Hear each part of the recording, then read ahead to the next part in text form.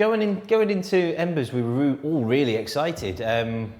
We'd proven that we could do what we wanted to do. We were thinking about the big picture. We wanted to do Patriarch. We want to get content and shorts together so we could provide people with visuals that they can understand where we're coming from with Patriarch. And so Embers was going to be a bit of a camera test, really, but we thought, why not expand it? Why not get a narrative, get a short story together going into it? It's a very simple situation that we came up with, but it's how do you make that situation seem energetic, nervous, exciting? How do we do that? And that was the fun part of Embers, was how do we make this very short, simple situation to be something exciting?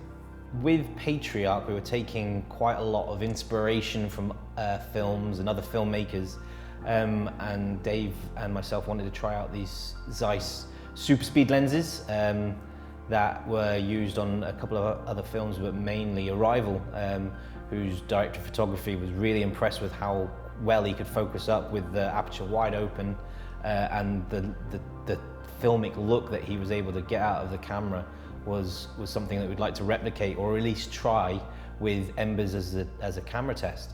So we hired a set of Zeiss super speed lenses, and I was really excited.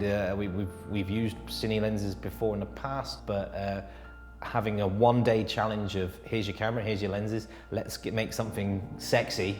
I was really excited about it. So making sure that the kit was usable and ready on the day, that was cool. And then obviously we had a single location to film in, so making sure that we were able to use the hired gear accessibly. Obviously I don't want to be transporting lenses and stuff in hard cases up through hills and woodland, so we were able to mobilize most of the gear and keep it at quite a small crew kind of size, and be able to move things around.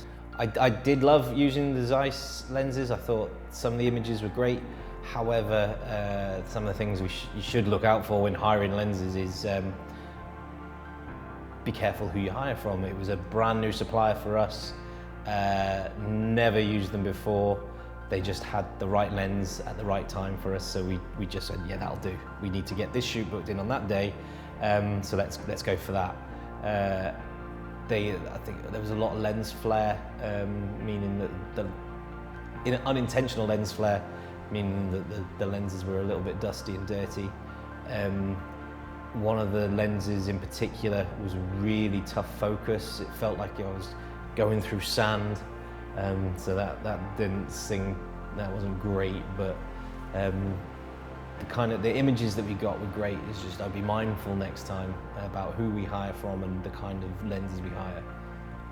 With it being a one-day film challenge type of thing where we were getting most camera tests in, we didn't really incorporate weather, and also being Britain, when you think of, right, we need to shoot in Britain around April, May time, you're not thinking of glorious sunshine. You're thinking it's Britain, it's going to be grey, white at best, if not bright. But we had one of the best days we've ever had on a shoot day. It was glorious sunshine, and it wasn't the shots I wanted. Needed to be darker. I didn't want light penetrating through woodland. It caused an absolute nightmare when we were trying to expose, because we would expose for bright light and then the clouds would come over, and then we would have to wait, either re-expose and decide if we're going to stick with the darker exposure when it's brighter, or expose differently and wait for the clouds to come back over and see what environment would stay the same. So it got to the point where we were losing time, so we shot what we could.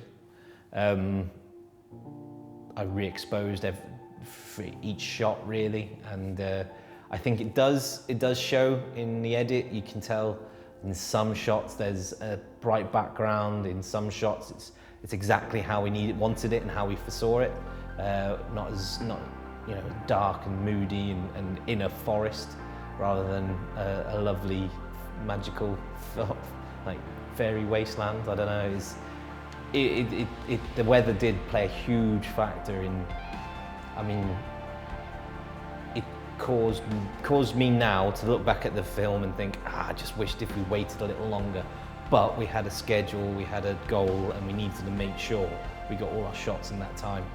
And we lost light really quite early that day as well, so I'm glad we got all the shots in the can, because we wouldn't have the edit at the end of the day. We had a fantastic time on shoot. That's the best thing about these kind of creative edits and these creative shorts is, you know, it's supposed to be fun. We got into film and we did these kind of videos when we were younger because they were fun. We got into this industry because it's fun. It's hard work, but when you enjoy what you're doing, it is fun. And when you get to go out on location with your friends, even though you've all got tasks and the pressure's on, you can all be quite energetic and focused, but you can still have fun while doing it. And that was the main thing. It was a good fun day. We all got to go out. We had a great time filming. Everything went smoothly to a certain degree. Nothing. I mean, I've been on shoots where cameras completely failed, where lenses were smashed, where cars were broken into. So we you know, with a day where we've gone onto a location, we've been able to shoot from 8 AM till 4 PM without incident.